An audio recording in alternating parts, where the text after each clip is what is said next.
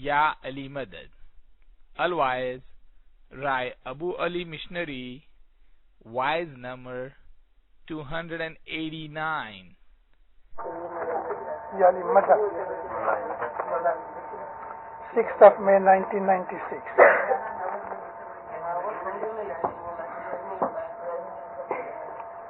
There is a personal private gathering at LA. Bola. Any question?